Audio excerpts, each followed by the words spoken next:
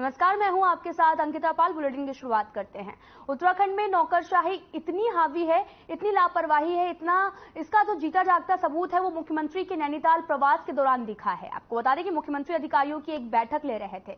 उसी दौरान मुख्यमंत्री ने जब फीडबैक लिया तो अधिकारी फीडबैक नहीं दे पाए और मुख्यमंत्री को कंफ्यूज करते हुए नजर आए। और इसके बाद में मुख्यमंत्री ने कुमाऊं कमिश्नर को निर्देश भी दिया कि इस बात का सख्ती से जो है वो पालन करवाया जाए, अधिकारी सही से होमवर्क करें। और साथ ही कहा, उन्होंने अधिकारियों को फटकार भी लगाई। और वही वीडियो में आप देख सकते हैं कि किस तरीके से मुख्यमंत्री इन अधिकारियों से नाराज नजर आ रहे हैं।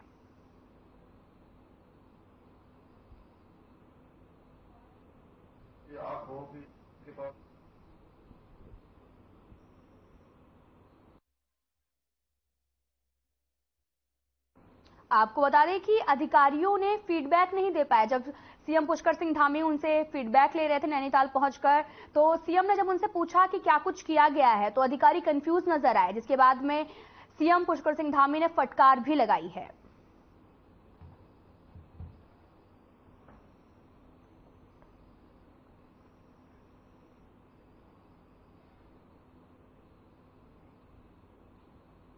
खबर वडकोट से है, जहां पर विश्व प्रसिद्ध यमुनोत्री धाम के बंद होने की तिथि की घोषणा मंदिर समिति द्वारा कर दी गई है। आपको बता दें कि दशहरा पर्व के अवसर पर यह घोषणा की गई है। 15 नवंबर को बुधवार के दिन भाई दूज के अवसर पर 11:57 पर अभिजीत मुहूर्त मकर लग्न की पावन बेला पर श्री यमुना जी के कपाट देश विदेश से श्रद्धालुओं के बढ़ा दिए जाएंगे। और साथ ही आपको बता दें कि इसी दिन यमुना जी के उत्सव डोली भगवान रामेश्वर महाराज जी की अगुवाई में अपने शीतकालीन प्रवास खरसाली खुशी मठ में प्रस्थान करेगी और इसके पश्चात मां यमुना के दर्शन पूजन के लिए प्रवास में होंगे। जो यमुनोत्री धाम में कपाट बढ़ाने का शुभ मुहूर्त है वो तय किया गया और इसमें ये तो निश्चित है कि भैया दूज के पावन पर्व पर मां यमुना जी के कपाट बंद होते हैं। और इस वर्ष भैया दूज का जो पावन पर्व है वह 15 नवंबर 29 गते कार्तिक बुधवार को अपराह्न 11:57 पर अभिजीत मुहूर्त मकर लग्न की पावन बेला पर श्री यमुनोत्री धाम में मां यमुना जी के कपाट 6 माह हेतु बढ़ा दिए जाएंगे।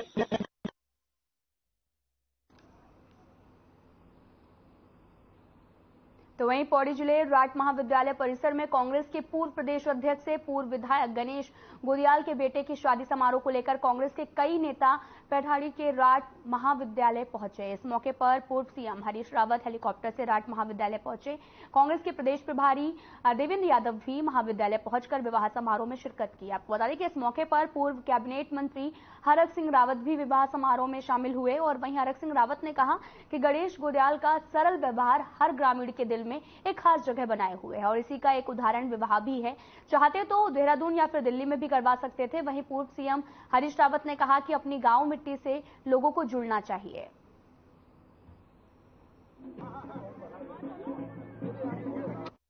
देहरादून से चला था और विशेष के खिरसू से पैठानी के लिए आ रहा था। तो मैंने सोचा कि भाई गोदियाल जी ने इतनी दूर खां कर दिया, श्रीनगर करते, देहरादून करते, पौड़ी में शादी करते, लेकिन यहाँ आने के बाद मुझे बहुत ही अच्छा लगा कि राजनेताओं में विशेषकर ये प्रचलन नहीं होता है। वो ज्यादातर देहरादून में प्रदेश की राजधानी, भारत की राजधानी दिल्ली में शादियां करते हैं। जबरदस्त लोगों के सामने कि जिनके पास थोड़े भी साधन हैं तो अपने घर गांव में कम से कम शादी ब्याह करो। जो पुण्य काम है, माँ बाप को याद करना है, ये सब काम के लिए अपने गांव ये बड़ा संतोष। और मैं उसके लिए गणेश गोदियाल जी को भी और राज की महान धरती को भी बहुत प्रणाम करता हूँ। गणेश गोदियाल जी को तहे दिल से सबसे पहले तो बधाई देता हूँ, शुभकामनाएं देता हूँ इस पावन अवसर पर। और मैं ये ईश्वर से कामना करता हूँ कि जो खुश रहें, आजीवन खुश रहें, जो बेटे हैं बेटी जिसकी जो सेवा की। और मैं ये भी कहना चाहूँगा इस अवसर पर कि देखिए, ये जो भी पहाड़ की जो हमारी संस्कृति रही है, उस संस्कृति के तहत अच्छा लगता है ऐसी शादियों में। और ये मेरे लिए बड़ी खुशी की बात है और मैं खुशनसीब हूँ कि मेरे मन में एक इच्छा थी कि मैं गांव में बच्चों में से किसी न किसी की शादी मैं गांव में करूं। पहले मैंने बेटी की शादी के लिए यहाँ इंतजाम किए थे, लेकिन उस समय कोरोना के कारण एक नियम लगा कि भाई 50 लोगों की ही उसमें शामिल हो सकते हैं शादी में। तो मैंने फिर अन्यत्र किया और ये मौका मिला मुझे, परमेश्वर ने मुझे मौका दिया।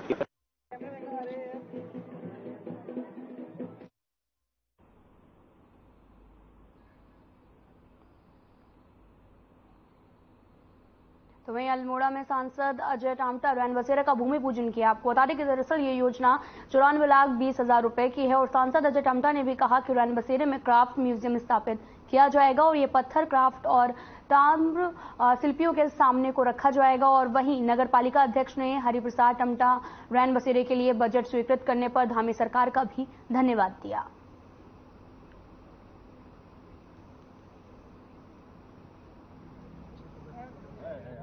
हम लोगों के लिए बहुत ही सौभाग्य का बात है कि बहुत वर्षों से ये स्थान अपने आप में राय बहादुर हरिप्रसाद टमटा जी के कर कमलों के द्वारा ये स्थान था। जब अल्मोड़ा में कुछ भी नहीं होता था तब ये यहाँ से लोग आते थे, जो क्षेत्र के लोग, क्योंकि उस समय होटल व्यवस्था ऐसी कुछ नहीं रहती थी और जो अल्मोड़ा अपना काम कराने आते थे उस समय में उसमें रहने की व्यवस्था राय बहादुर हरिप्रसाद टमटा जी के कर कमलों के द्वारा।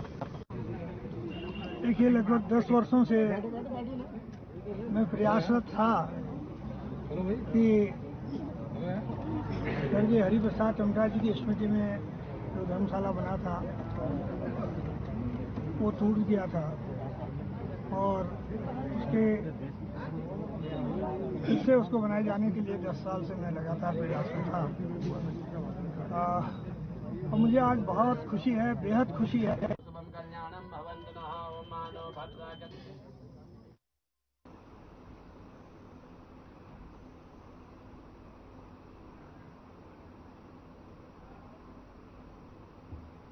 तो वहीं हरिद्वार के सिडकुल में भी स्वदेशी अनाजों से खाद्य सामग्री बनाने वाली कंपनी का उद्घाटन किया गया। उद्घाटन अवसर पर पूर्व बीजेपी विधायक सुरेश राठौर और प्रख्यात उद्योगपति जेसी जैन समेत बड़ी संख्या में लोग मौजूद रहे और इस दौरान जेसी जैन ने कहा कि स्वदेशी आयुर्वेदिक और ऑर्गेनिक उत्पादों की देश ही नहीं पूरी दुनिया में बड़ी डिमांड है और ऐसे उद्योग स्थापित होने से भारतीय फसलों को बढ़ावा मिलने के साथ में रोजगार अवसर भी बढ़ेंगे। पूर्व विधायक सुरेश राठौर ने कहा कि पीएम मोदी और सीएम पुष्कर सिंह धामी से प्रेरणा लेकर उन्होंने स्वदेशी उत्पाद बनाने की दिशा में काम बढ़ाया है।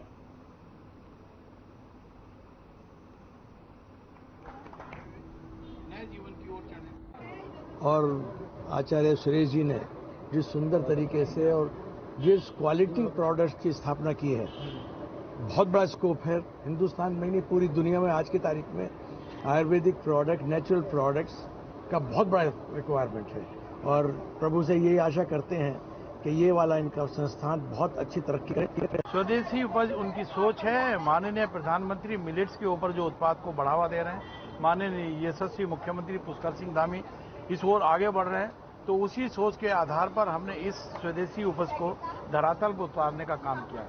जैसे जौ हो गया, बाजरा हो गया, ज्वार हो गया।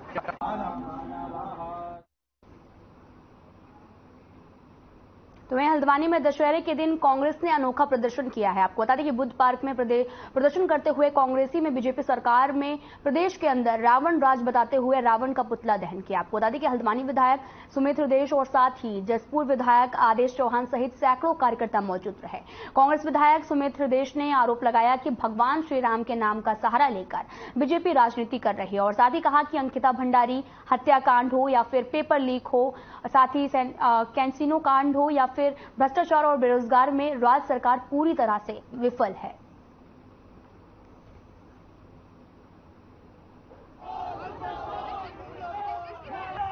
देखिए, भारतीय जनता पार्टी की सरकार से जनता परेशान है। आपको ये मानना होगा कि रावण राज का अंत श्री राम जी ने इसलिए किया था कि उनका अंत अति हो गई थी। यही भारतीय जनता पार्टी की सरकार का अति हो गई है, क्योंकि बेरोजगारी चरम पर है, अग्निपथ योजना फेल है, अंकिता भंडारी कांड जो हुआ उसका आज तक खुलासा नहीं कर पाया। नाम भगवान श्री राम का लेकर ये लोग राजनीति करते हैं और रावण राज जिस प्रकार से पूरे प्रदेश में फैला हुआ है, चाहे अग्निपथ योजना की हम केंद्र सरकार की विफलता को माने, चाहे अंकिता भंडारी पेपर लीक, भ्रष्टाचार, बेरोजगारी में राज्य की सरकार की विफलता माने, ऐसा रावण राज्य उत्तराखंड के इतिहास में आज तक नहीं आया। पूरे विश्व के अंदर अनूठा एक भारत के अंदर आयोजन होता है कि 9 दिन के नवरात्र के बाद विजयदशमी मनाई जाती है, दिवाली से 20 दिन पहले। और जिस दिन विजयदशमी मनाई जाती है उस दिन बुराई का पुतला फूंका जाता है। बुराई यानी कि अत्याचार, सांप्रदायिकता, बेरोजगारी, बुराई यानी कि इस देश के अंदर महंगाई, सड़कें उखड़ी हुई, लोग भ्रष्टाचार इस चरम पर कि अधिकारी नेताओं के सर पर बोल रहे हैं।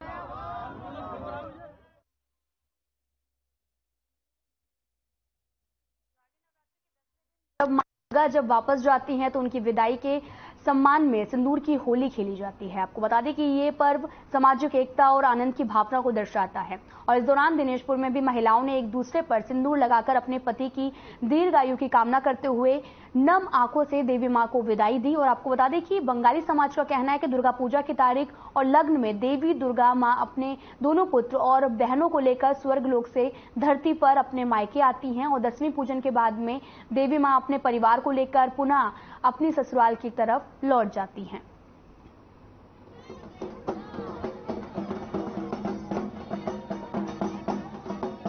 और साथ ही साथ आज विजयदशमी है और बुराई पर अच्छाई की जीत का ये पर्व है। तो हम आशा करते हैं कि माँ दुर्गा सभी पर अपनी कृपा बनाए रखे और इसी तरीके से असत्य पर सत्य की जीत हमेशा बनी रहे। और इसी कामना के साथ कि माँ दुर्गा फिर से अगले साल आएंगी, हम पर अपनी कृपा बरसाएंगी। पर मैं सभी मेरे माता बहना सबको मेरा प्रणाम। और आज मैं यही कहूँगी, आज विजयदशमी का दिन है, बहुत खुशी का दिन है। जो अपने सिंदूर खेला जाता है, जो 5 दिन का पूजा होता है माँ के चरणों में, सभी माता लोग आके वो पूजा करते हैं और माँ सबका मनोकामना पूर्ण करे। और माँ सभी के जो सिंदूर खेला जाता है, जिससे माँ मनसा में जो अपनी पति के दीर्घ आयु के लिए ये सिंदूर खेला जाता है।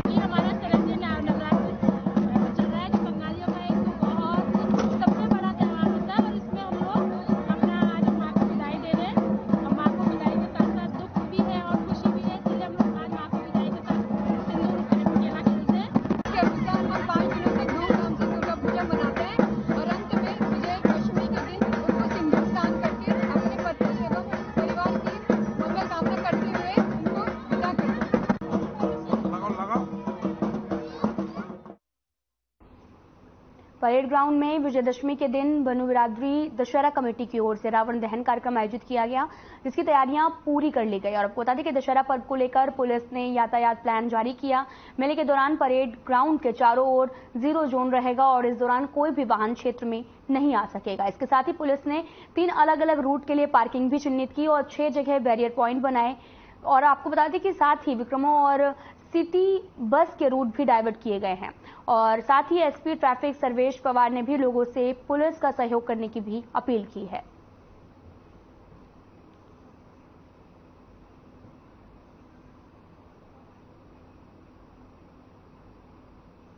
हमारा जो मुख्य कार्यक्रम है वो परेड ग्राउंड है, तो उसके संदर्भ में हम लोग इसमें जो है पूरा जो परेड ग्राउंड जोन है उसे 0 जोन बनाते हैं। कोई भी जो सिटी बस विक्रम और बड़े वाहन जितने भी हैं वो हम जो है उसे रोकते हैं परेड ग्राउंड में आने से। वो उनकी एंट्री उधर नहीं होगी, चारों तरफ बैरियर रहेंगे और उनका मार्ग जो है वो बाहर से बाहरी उन्हें डाइवर्ट किया जाएगा। पार्किंग के लिए भी अलग अलग स्थान है जो हमने अपनी दून ट्रैफिक पुलिस की वेबसाइट पर भी हमने पूरी पार्किंग। तो वहीं पूरे देश में आज दशहरा का त्यौहार मनाया जा रहा है और दशहरे के दिन जगद्गुरु शंकराचार्य द्वारा भी स्थापित दशनामी सन्यासी परंपरा के नागा सन्यासी अखाड़ों में शस्त्र पूजन भी विधि विधान से किया गया। और आपको बता दें कि पिछले 2500 सालों से भी दशनामी सन्यासी परंपरा से जुड़े नागा सन्यासी इसी परंपरा का निर्वहन करते हुए अपने अपने अखाड़ों में शस्त्र पूजन करते हैं। और अखाड़ों में प्राचीन काल से रखे हुए सूर्य प्रकाश और भैरव प्रकाश नामक भालों को देवता के रूप में पूजा जाता है। आपको बता दें कि वैदिक विधि विधान के साथ में दशनामी जो है वो सन्यासी इन देवता रूपी भालों की पूजा करते हैं।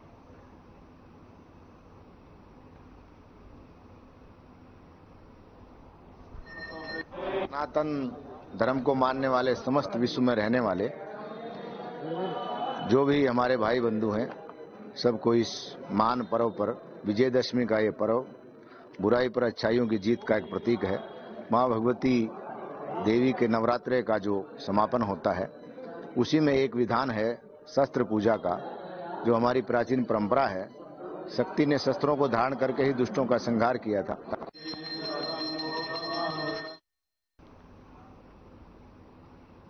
भले ही उत्तराखंड में राजनीतिक पार्टियां राजनीतिक फायदा उठाने के लिए हिंदू मुस्लिम वोट बैंक का बखान करते नजर आती हैं, लेकिन यहां पर 4 पीढ़ियों से एक परिवार एकता की मिसाल कायम किए हुए है, जहां पर एक मुस्लिम परिवार हिंदू धर्म के त्योहार को रंगीन बनाने का काम करता है।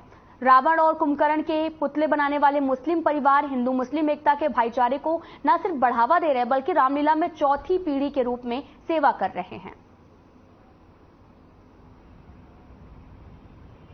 ये रावण का हम बहुत टाइम से काम करते हैं, पहले से ही काफ़ी टाइम से करते चले आ रहे हैं। बाकी इसी को ही हम दादा ही टाइम से करते चले आ रहे हैं।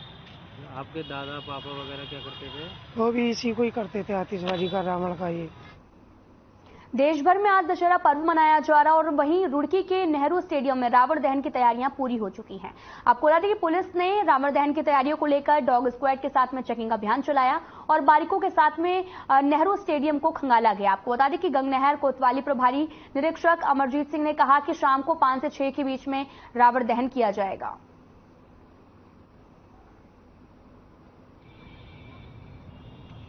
यहाँ पर नेहरू स्टेडियम में दशहरा के अवसर पर पुलिस फोर्स की व्यवस्था की गई है और पूरी इसकी सुरक्षा व्यवस्था के लिए यहाँ पर फायर टेंडर बीडीएस की टीम आ रखी है। इसके अलावा पीएसी और लगभग 1 दर्जन सब इंस्पेक्टर और महिला कांस्टेबल, पुरुष कांस्टेबल और इसके अलावा हमारे द्वारा होमगार्ड, पीआरडी और ट्रैफिक पुलिस की भी ड्यूटी लगाई गई है। विकासनगर में अपनी अनूठी परंपराओं और लोक संस्कृति के लिए पहचान रखने वाले जौनसार बाबर में पाइंता पर्व की धूम देखने को मिल रही है। आपको बता दें कि जहां पर श्रद्धालुओं ने देव दर्शन कर विधि विधान से पूजा अर्चना कर इस पर्व को मनाया और साथ ही आपको बता दें कि विकासनगर से लगने वाले जौनसार बाबर क्षेत्र अपनी अनूठी परंपरा और लोक संस्कृति के लिए देश ही नहीं विदेशों में भी अपनी अलग पहचान रखता है। देवताओं का देश कहा जाता है। प्रत्येक संग्राम में भी कोई ना कोई त्योहार होता है। दशहरा श्री गुरु महाराज का विशेष त्योहार है। हम पाइंता करके जानते हैं। पाइंता एक हिसाब से विजय पर्व है महाराज का, हम लोगों के आस्था का विषय है और इस दिन श्री गुरु महाराज अपने भक्तों का जो उनकी आस होती है, जो उनकी मनोकामना होती है, उसको पूरी करते हैं, ऐसी मान्यता है। कल शाम को भी बहुत से लोग आए। तो वहीं बंगाली समाज में लोक कला में दुर्गा पूजा सहित कई सामाजिक धार्मिक अनुष्ठानों के अवसर का देखा जाता है, लेकिन लोक नृत्य में जात्रा भारत के पूर्वी क्षेत्र का लोक कला मंच का एक लोकप्रिय रूप है, जिसमें संगीत, अभिनय, गायन और साथ ही नाटकीय वाद विवाद भी होता है। जात्रा गान को बंगाली संस्कृति का दर्पण भी कहा जाता है।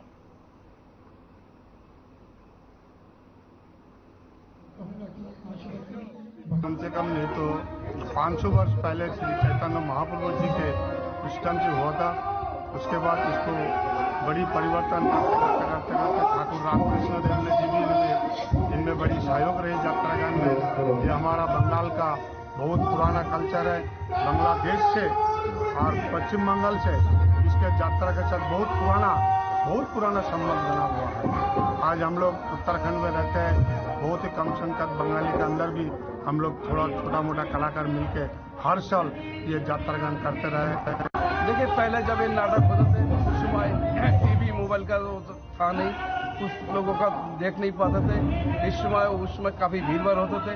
बांग्लादेश से शुरू में जब आए थे हम लोग यहाँ बंगाली लोग, तो आके यही एक ही कल्चर था हमारा बंगाली ये नाटक। उसके बाद टीवी हुआ, मोबाइल हुआ, नेटवर्क में सब देखते रहे, इससे कुछ युवाओं का रुझान कम हो गया और फिर से दोबारा हम ये कोशिश कर रहे हैं कि इस मंच को फिर से मंचस्थ कर रहे हैं, जो कि आगे जैसा भीड़ है, इसलिए यही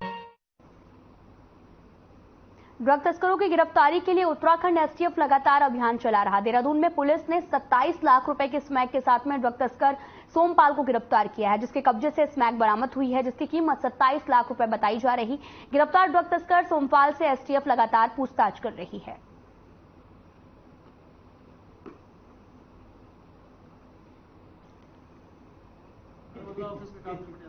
देखिए, नशे के विरुद्ध कार्रवाई लगातार इसमें जारी है और इसमें कुछ थाना क्षेत्र है जहां पर ज्यादा शिकायतें हैं या ऐसे थाना क्षेत्र है जहां पर ऐसे नशे के कारोबार में लिप्त लोग रहते हैं, लेकिन उनकी सप्लाई जो है अन्य थाना क्षेत्र या अन्य जगहों पर होती है।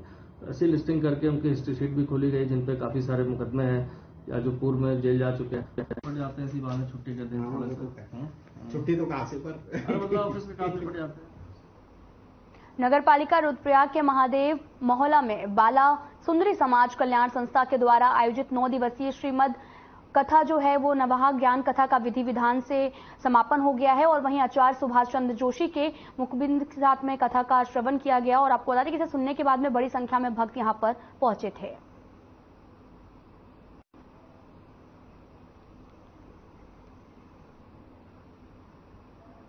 आपका जो चैनल है इसके लिए मैं बहुत बहुत धन्यवाद करती हूँ आपका, और इस नवरात्रि के पावन पर्व पे आपके लिए भी ढेर सारी शुभकामनाएं एवं बधाई देती हूँ।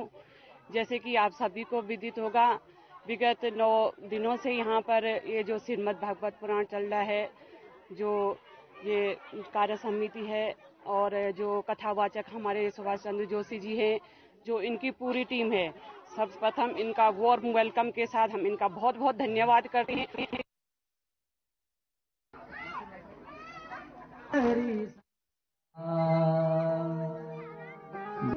और जिसने दूसरे का रास्ता बंद किया होगा ना, आप चेष्टा करोगे, संकल्प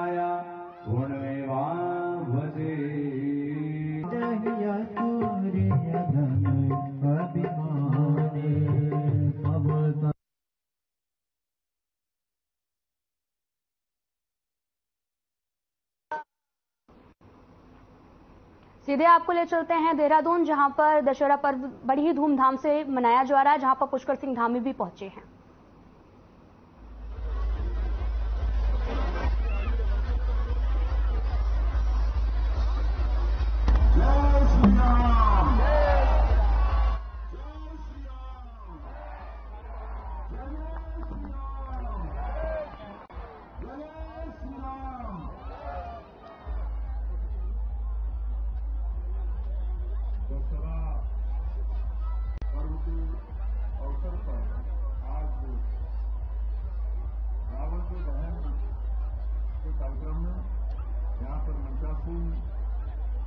उत्तराखंड सरकार से हमारे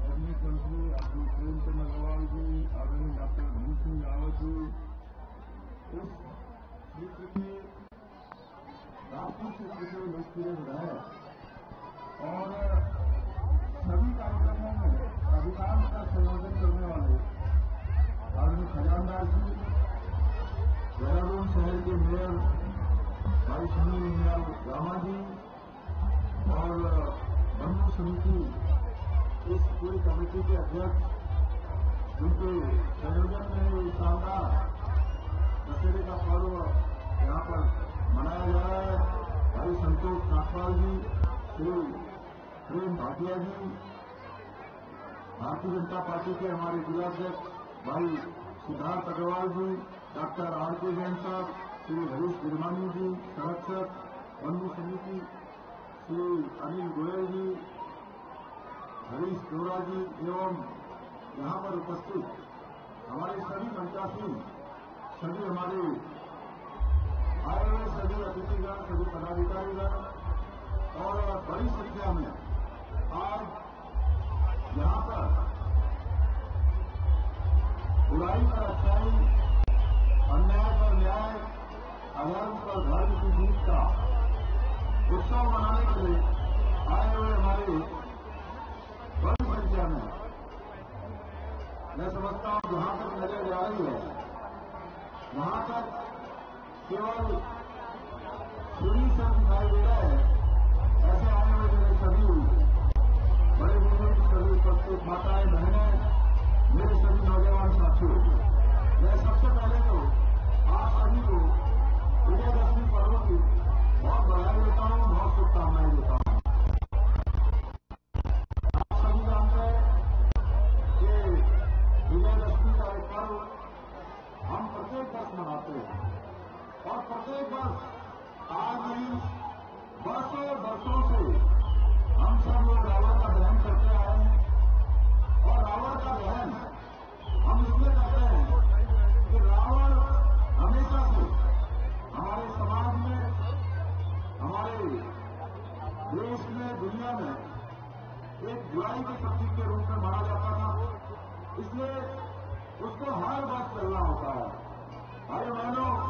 इस दीपावली के पर्व पर हम सब सभी फिलहाल इस बुलेटिन में इतना ही। नमस्कार।